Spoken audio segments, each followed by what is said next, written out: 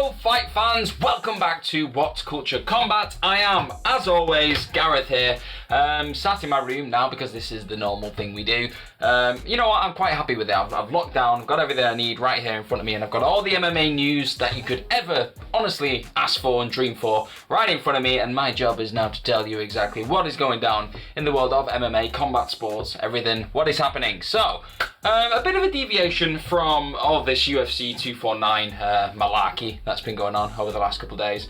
We'll just take a breather from that. Obviously, the other big story that broke over the last couple of days was the fact that Jon Jones he got arrested, and it wasn't great. But we've found out today, it's been announced, he had a press release, a statement released, and we found out exactly what he was charged with, and yeah, what the repercussions are after this all happens. So he released a statement via his representative Denise White, and they've reached a plea agreement with prosecutors where he'll actually serve 4 days of house arrest, which is going to be quite easy in this current climate, 1 year of probation, and meet other conditions to avoid jail time. There'll be a few things he has to do in order to make sure he doesn't end up back in prison. Or in prison just altogether. So the UFC lightweight champ, Jon Jones himself, he released a statement, so I'm just going to go through it. He said, while we all work to understand and cope with stress and uncertainties surrounding the current state of our world, I want to express how truly disappointed I am that I have become the source of a negative headline again, especially during these trying times. He's disappointed for letting down the people he cares about the most, his family, friends, and his fans.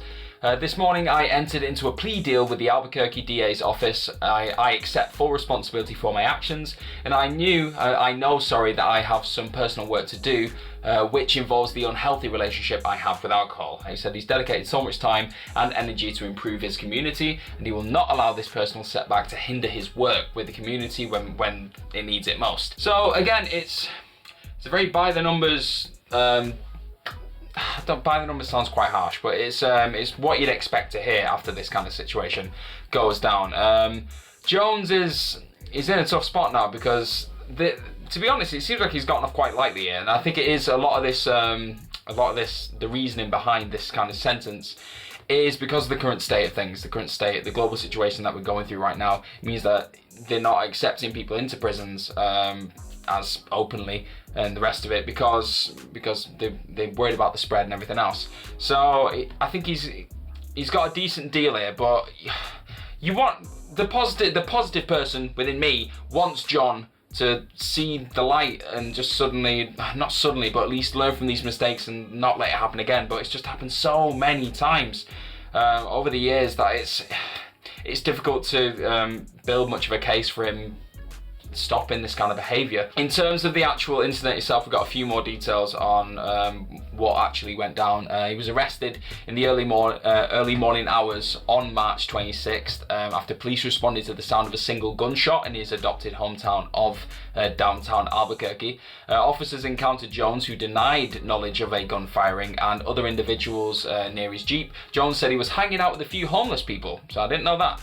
Though he admitted to recently drinking. He then performed poorly on several sobriety tests, which were captured on the testing officer's lapel video camera, and officers then found the .22 Glock handgun and a discharged shell casing that matched the weapon's caliber and half-empty bottle of Recuerdo Mezcal, which I believe is Jorge Masvidal's Mezcal. It's just not a great look for Jon. He was obviously expected to fight at some point in the year later on against maybe Jan Blachowicz or maybe even Dominic Reyes again, but at this point, obviously, again, with the current state of things, it's not looking likely that any fight will be happening anytime soon. Next piece of news, it's just been a bit doom and gloom recently, and this just adds to it yet again. Valentina Shevchenko is now apparently out of UFC 251. This is a title fight, obviously, she was going to have against Joanne Calderwood. And this is because of an injury. It's an injury she was apparently dealing with. It was a lingering injury following a win over Caitlin Chookagian at UFC 247 in February. And it's apparently causing that much of a hassle now that she can't be ready for that fight. Obviously, it was set to go down in June 6th in Perth. Fingers crossed, by that time, things may be back up and running and we'll be able to have a few more cards again. But there was a chance it might not have happened anyway.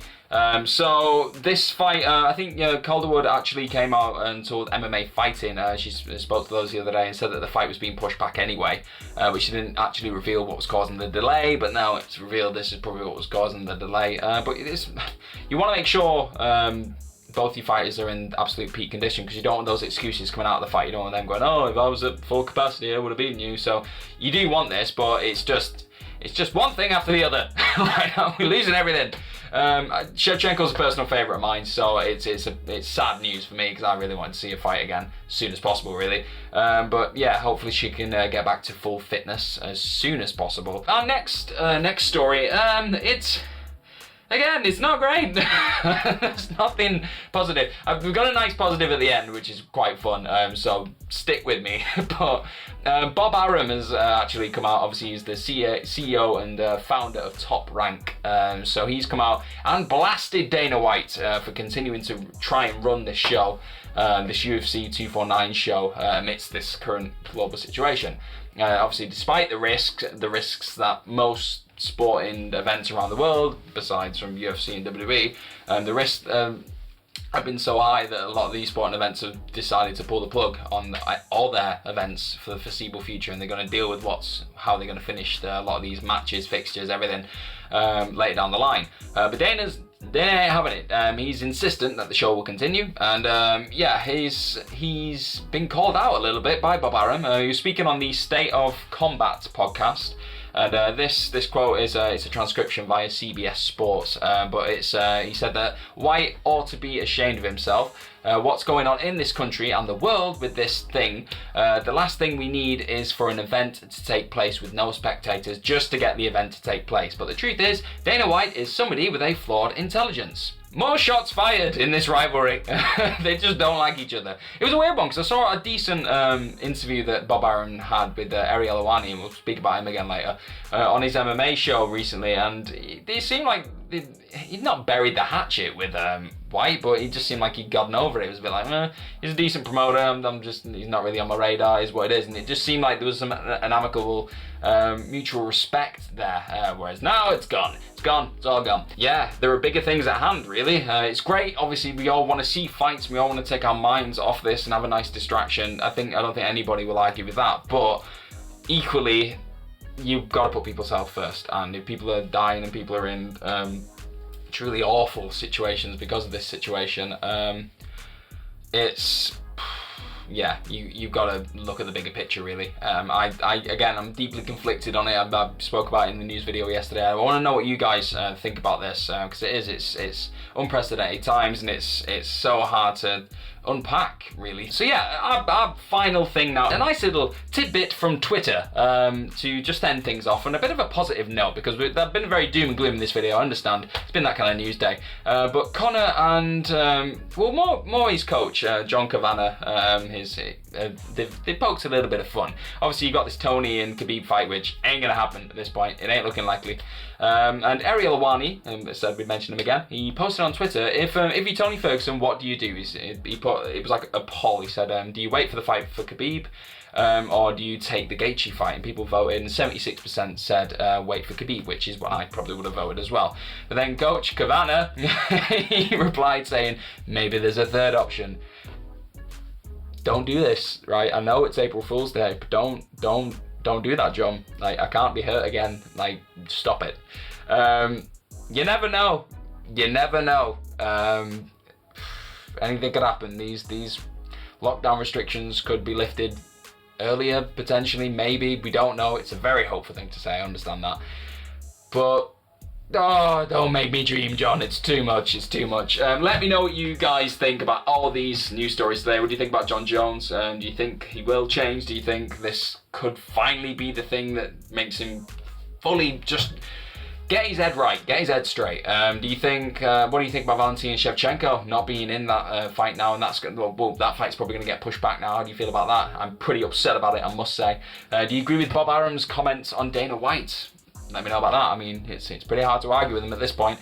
And also, Yes, we all hope and pray that Conor McGregor will be fighting Tony Ferguson. You heard it here first, it's going to happen. Don't forget to like, share, click on the subscribe button, ring the bell for all things What Culture Combat. Check out all the lists we've got on there right now. We've got our video diaries are going to be dropping very, very soon. I'll be wearing this lovely Team Phoenix t-shirt, nice plug there. Brilliant gym in Newcastle. Make sure to check out all the brilliant work that they're doing as well. Hopefully you're having an awesome day. And look after yourself, whatever you're doing. If you're in isolation, if you're still going to work, whatever you're doing, look after yourself. And hopefully I can see you very, very soon.